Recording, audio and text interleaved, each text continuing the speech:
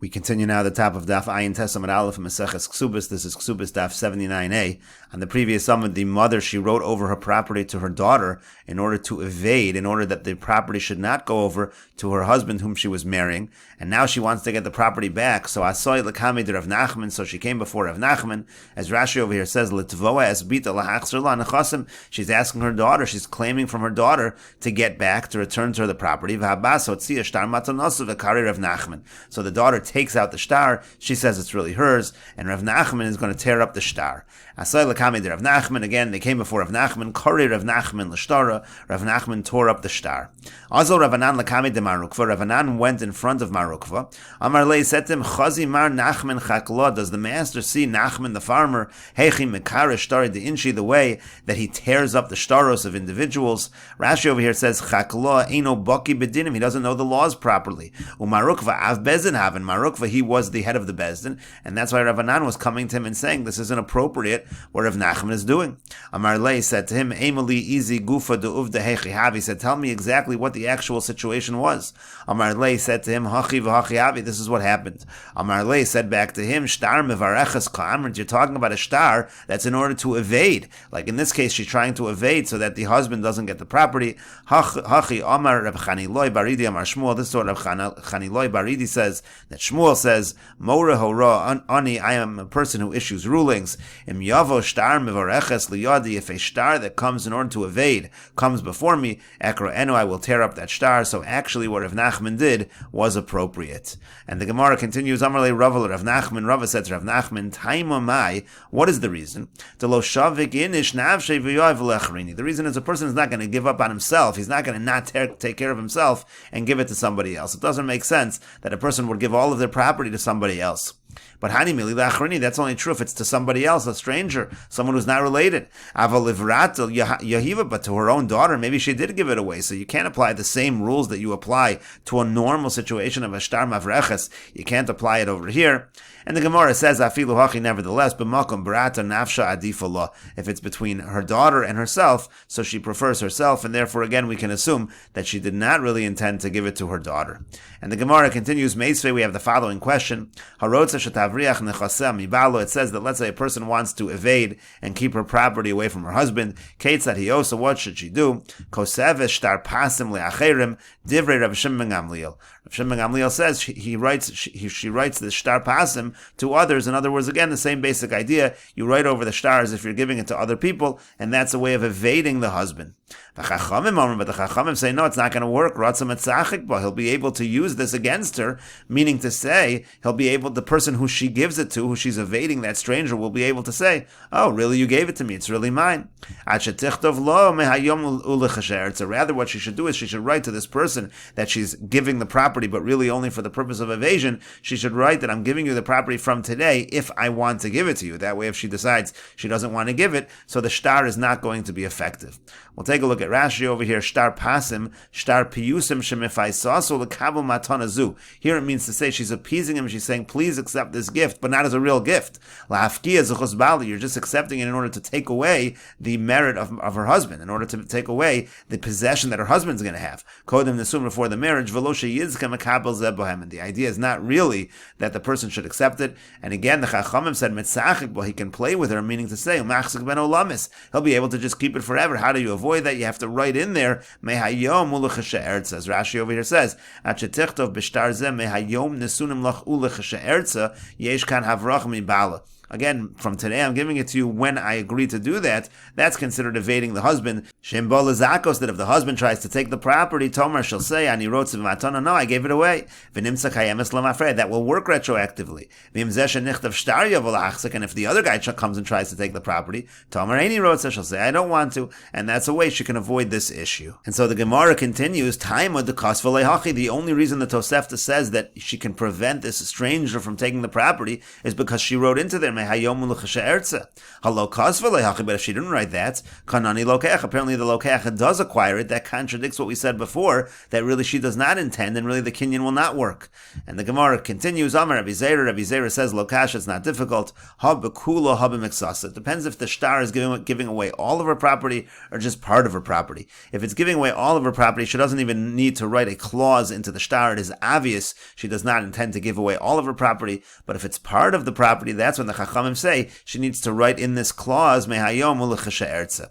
But the Gemara continues, V'lo kanani lokeach. But if you're talking about a kinyan where the lokeach does not acquire it, let's say she's giving away all of her property, and we say the kinyan is not effective, so nikninu bal. So why doesn't the husband acquire the property? Why does this kinyan of evasion actually succeed at keeping the property away from the husband? And to that the Gemara answers, Amar Abaya says, Asoim kenechosim shein yadun lebal ve'alib Rabbi Shimon. We treat this property like property that the husband was not aware of, according to Rabbi Shimon, just like that kind of property the husband does not have any possession over. So too over here, we treat this property in the same fashion, and the husband does not get that property. And the Gemara continues with the Mishnah, Naflu Laksafim. Let's say money falls to her. She inherits money while she is married. So the halach is Yilkach Behen Karka. So then you take that money and you use it to purchase land. She becomes the owner of that land. V'hu ochel peiros. And he consumes the peiros. He gets the fruits of that land.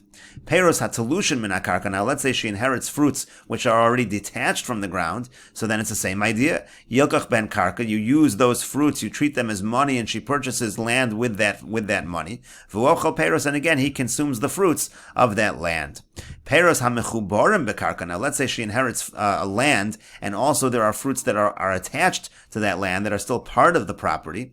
So the Mishnah says, Amar Rabbi Meir says, Shaman osa, we evaluate the land. Kamahi yafa bepeiros, v'kamahi yafa below peiros. How much would it be worth when it has these fruits attached to it? And how much is it worth when it doesn't have those fruits? Umoser, and so that extra amount that it's worth, yilkach behen karka, so she gets that as money that's really considered like hers, and more land is purchased with that money. Vuochel peiros, and again, he's going to consume the fruits of that land. According to Rabbi Meir, if she inherits it, if those fruits grew, and really they didn't grow while he was the one who was receiving the peiros, they didn't grow after she had inherited the land, but they grew beforehand, so then she's really entitled to that value.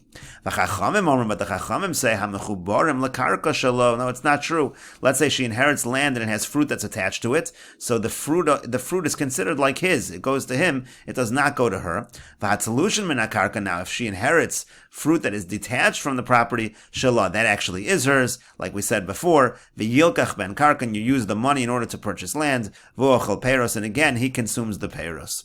And the Mishnah continues, Rabbi Shimon says, Mokom sheyofe kocho bechnisas. If you have a situation where his strength, where he's the one that has the rights when she enters the marriage, so hora kocho biyetziasa. So then he actually loses those rights when she leaves the marriage. Let's say there's a divorce. And the reverse is also true. Mokom shehora kocho bechnisasa. If it's a situation where he has less power when she enters the marriage, so then yofe kocho biyetziasa. Then he will have more power when she leaves the marriage. And the Mishnah explains as follows. Keitzad, how so? How does this work? So peiros hamechuborim lakarka. Let's say you have fruits that are attached to the ground. So in that situation, bechnisasa shelo, when she enters the marriage, so that belongs to him. Uviyitziasa shelo, but when she leaves the marriage, she actually gets those fruits.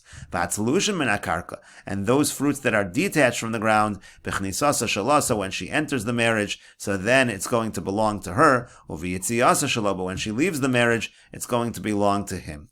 And Rashi over here says, V'hu ochel peiros, again, he gets the fruits of the land. V'akaren kayem eslo, the main land, the principal belongs to her. Shelo tiknu lo chachamim tachas pirkona le peiros, because the chachamim said that because of the fact that he has to redeem her, so he gets only fruit, but he doesn't get the actual land. And then we talked about the land, let's say she inherits, that has fruits attached. Shaman osad dekasavar mashegadol b'reshus so have peiros. Anything that grew when it was already in his possession, so at that point in time he gets those peiros. Umasha lo gadol b'reshus, but let's say again she inherited it, it didn't really grow in his possession, so Karen, that's considered the principal, just like the regular part of the land, it's really hers. Lafikach, therefore, masha dmei akarka yikarim achshav b'shvil tvuazu. The fact that this land is worth a little bit more because there are crops on this land, so tzarich litein lo damim v'yiknu me'an karka, that he has to give her money for that, and she'll use it to buy more land. V'yochalu peiros, and then he'll be able to get the fruits of that land. That is Rabbi Meir's opinion. The Chachamim Chachamim say no, afelu shelo gadlu b'rishuso. Even this fruit that's attached to the property, it didn't grow in his rishus. Toras peros nasnu behen. It's considered peros. Hoel va'karka kayem eslokas. She gets the land, he gets the fruits. According to the Chachamim, he's going to get the fruits in that situation. And then we had Rabbi Shimon, and Rabbi Shimon said, "B'yitziyasa in balagarsha," means if he's going to divorce her, and it means as follows: Peiros hamechubarin lekarka bichnisasa shalo. So again, if it's attached to the land by the entrance to the marriage, then it belongs to him. Kilomar b'shas nefilasan shalo kirabbanan, meaning this really follows the rabbanan. Let's say she inherits some land, and they're married, and the land has fruits on it. It actually belongs to him. That's actually the same thing that the Chachamim said. The Chachamim said even though it didn't grow in his rishus, still it's considered Peiros, it's his. That follows the Rabbanan. Of Gemara Parach Hainu Tanakama, the Gemara is going to ask it. It seems to be a repeat of what we've already said in the Mishnah. But B'yitziyasa Shalom, but when she leaves the marriage, that's actually hers. Meaning to say, Hamegarish Esishta, let's say a person divorces his wife, V'hayu b'nechasim Peiros mechubar, and there's some fruit that's attached to the property. No telas karkosa in Peiros shebehen. So even though he gets the fruits when it enters into her possession, but when she leaves the marriage, when there's a divorce, she actually takes those fruits together with the land. B'chnisasa Shalom, now that which enters with her, meaning v'yilkach ben karka v'ochel peiros, meaning the peiros that are not attached to the ground, which you treat as money, and we purchase land, and he gets the fruits of that land, so that's going to be hers. However, v'yitziyasa shalo, but when she leaves the marriage, that actually belongs to him. Demasha kadam v'talash ba'od of anything that was detached while they were married, zacha behen midin peiros nichsei milug. He gets that. That's called the fruits of nichsei milug. So that the husband is going to be entitled to those fruits. And the Gemara says, Pshita is obvious, Aru Vate, let's say you have a situation where they're having a dispute what to do with the money that she inherited. Do we buy land or do we buy houses? So Ara, so we say that they have to buy land. Land is something which will make more money and it will not deteriorate as much over time. Bate Vidikli, similarly, let's say it's between houses and palm trees. Bate, so houses are preferred. Dikli Vilani, let's say it's between palm trees or other kind of trees. Dikli, so then the palm trees are preferred. Ilani Vigufni, let's say it's between other kind of trees or grapevines. Ilane, so then regular kind of trees, they are going to be preferred. Abba Zeradito Piradikvari, let's say you have a situation where they buy, the first case is talking about hawthorn trees, a forest of hawthorn trees, and the second case is talking about a fish pond. So what is that considered? Is that considered to be principal, or is that considered to be fruits? So Amri la Pira vi Amri la Karna. Some people say we treat those trees or that fish pond. Some people would say we treat it as fruit, and some people say that we treat it as principal. What is the idea behind this? Klala demil. So the general rule is as follows: Gizo machlef. Let's say it's a tree where the trunk will replenish itself when it's cut. So pira, that's the same thing as fruits. That would be treated as fruit. Ein gizo machlef. But let's say you have a situation of a tree where the trunk will not replenish itself if it is cut. So then karna, then that's considered to be a principle. And Rashi over here says, Abo yar lach tochetzim, we're talking here about a forest where you're going to really cut down the trees. These trees are not for fruit. Zeradato ilana shel uzradin, again, like we said, these hawthorn trees. V'lo hayu piryon chashav lehen v'kotzitz osan la'etzim. Their fruits weren't really worth much, and they used to just cut the wood. Upira dekvari, or let's say you have a pond with fish in it. Chafir shel dagam shekarn vivor. Amri la pira, so some people say it's considered fruit. Im naflu la birusha, let's say again she inherits this fish pond or this forest. So ketzitza so eitzim v'dagam shebechafira. So what about the actual wood that you're cutting, or the actual fish? Hupirian, that would be considered fruits. V'akarka hukaren, and the actual land would be considered the karen, the principle. V'amri la kulu havakarna. Some people say no, all of it, the fish, the trees, all of it is considered to be principle. Hoel v'eitzim v'adagam kalim, because really these are things that are not going to replenish themselves. Once you're going to cut them, you're going to give them away, they're going to be finished. V'akol miyachar miyad, therefore what you should do is you should sell everything.